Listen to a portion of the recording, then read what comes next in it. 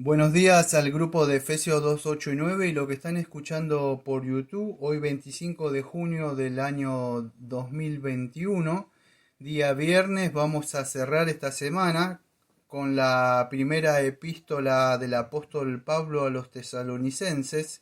La primera epístola, el lunes haremos seguramente, si Dios quiere, Dios mediante, la segunda epístola.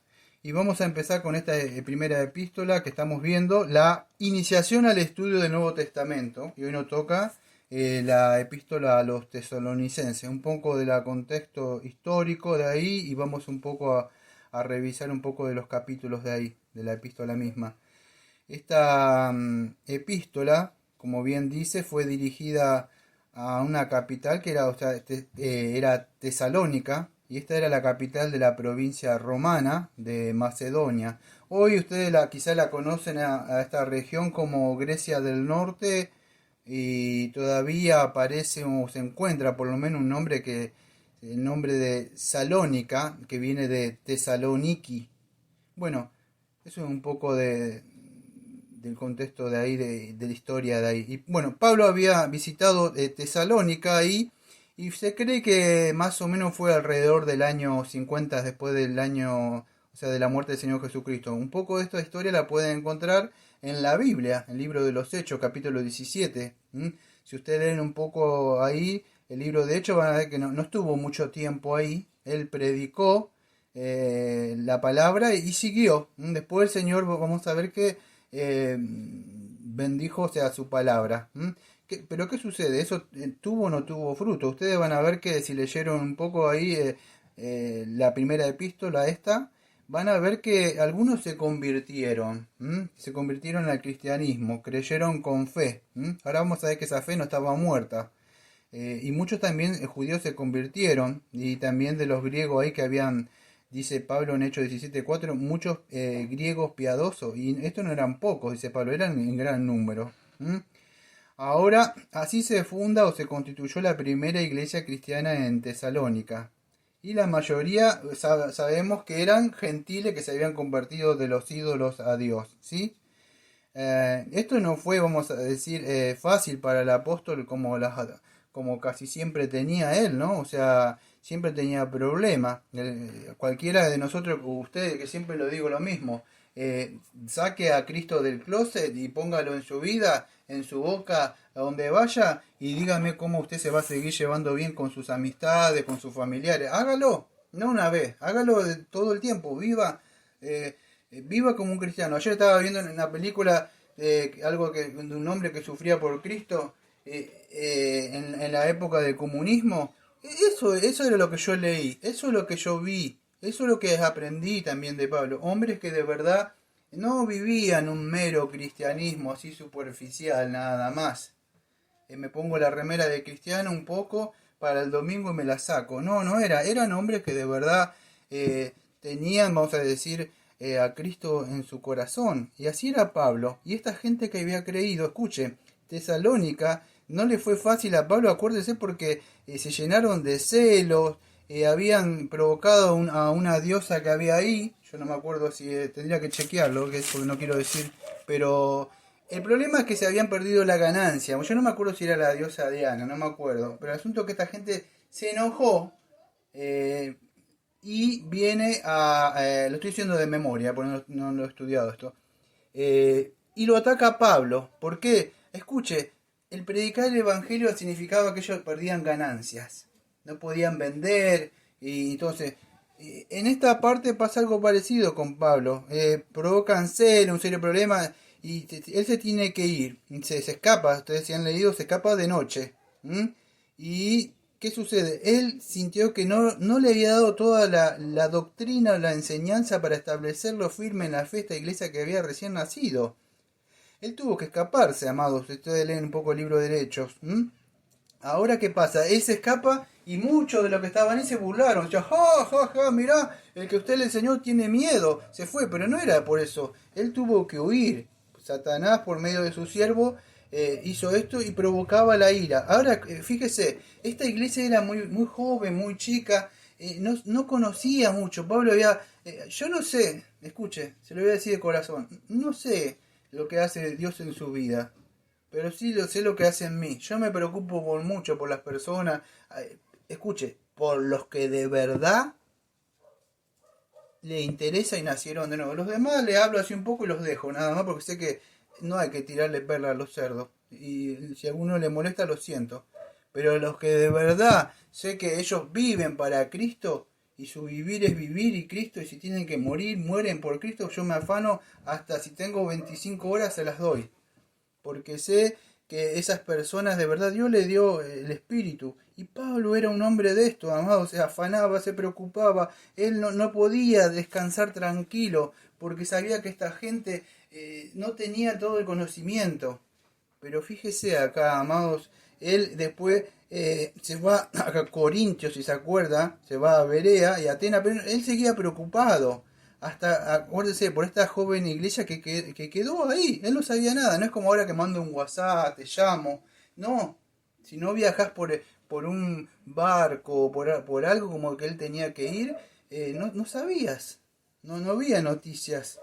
¿Y qué sucede? Las noticias, las buenas nuevas, ¿por quién llegan, amado? Bueno, llega por aquel ayudante fiel que él tenía que no tenía otro, como él. Se llamaba Timoteo. Era un hombre que pensaba. Puede ser un hombre, puede ser una mujer, no importa. Tiene que tener el mismo espíritu.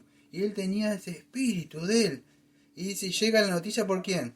Por medio de Timoteo. Tesalonicenses capítulo 3, versículo 6. Pero cuando Timoteo volvió a vosotros y nos dio buena noticia de vuestra fe, amor, que siempre os recordáis con cariño, deseando vernos, como también nosotros a vosotros, por ello, hermano. Y él se puso contento, amados. Se puso contento, de verdad, de que estaban bien. Él no sabía. ¿Ve? Eso va, lo que yo digo siempre, va más allá de una persona. A ver qué dice la Biblia. Ah, el devocional de hoy. No, amado, yo diría que esas personas de verdad que se miren si han nacido de nuevo.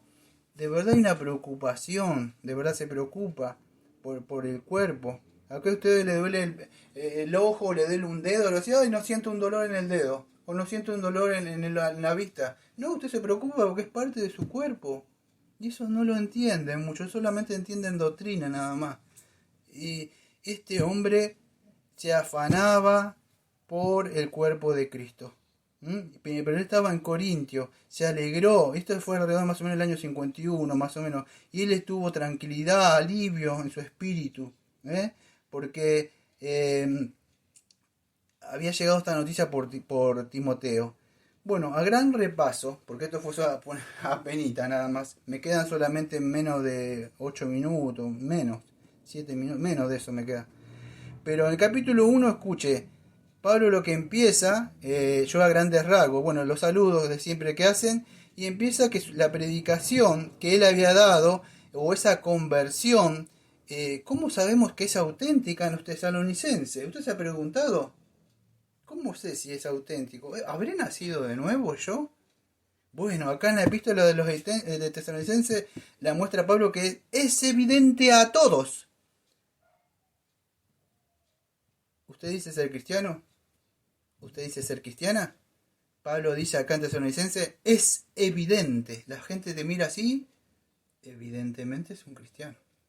Primera de Tesalonicenses capítulo 1 versículo 9. Porque ellos mismos cuentan de nosotros la manera que nos recibiste y cómo os convertiste de los ídolos a Dios, para servir al Dios vivo y verdadero, y esperar de los cielos al Hijo del cual resucitó de Jesús, a quien nos libra de la ira venidera.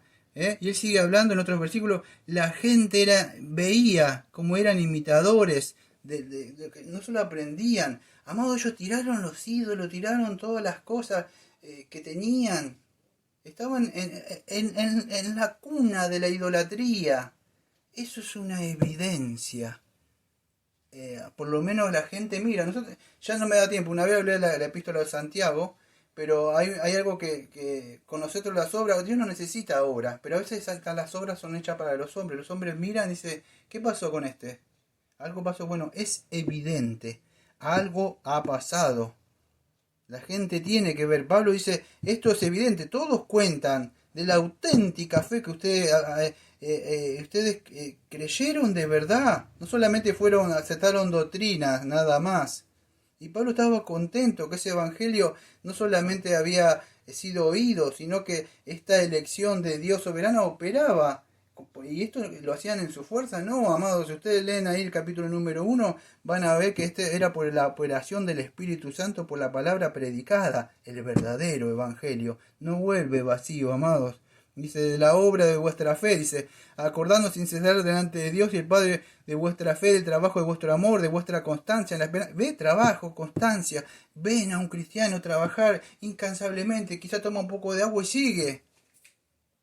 Porque conocemos, hermano amado mío, de vuestra elección, que nuestro evangelio no llegó a vosotros con palabra. No solamente palabra, no había solamente simple palabra, sino poder del Espíritu Santo. ¿Qué significa? Un poder, una transformación. Estas personas se habían arrepentido de sus pecados y habían venido con fe al Señor Jesucristo. Y eso es lo que busca, lo que dice Pablo. Estas personas se habían arrepentido. Ahora esto no quedó muerto, esto se veía evidentemente en su conducta. ¿Sí? Y ellos dicen, bueno, ustedes se acordan de que son testigos. Y bueno, sigue hablando. Ahora, ¿qué sucede? En una parte, cuando él tiene que irse, ¿qué sucedió? Bueno, las personas empezaron a hablar mal del apóstol Pablo. ¿Sí? Bueno, empezaron a hablar, decir que Pablo se había ido, que los había abandonado, que no se preocupaba por ello, pero si ellos mismos lo habían atacado. Entonces Pablo empieza a refutar las acusaciones de estos adversarios que él tenía. Fíjese, Pablo, ¿qué les dice?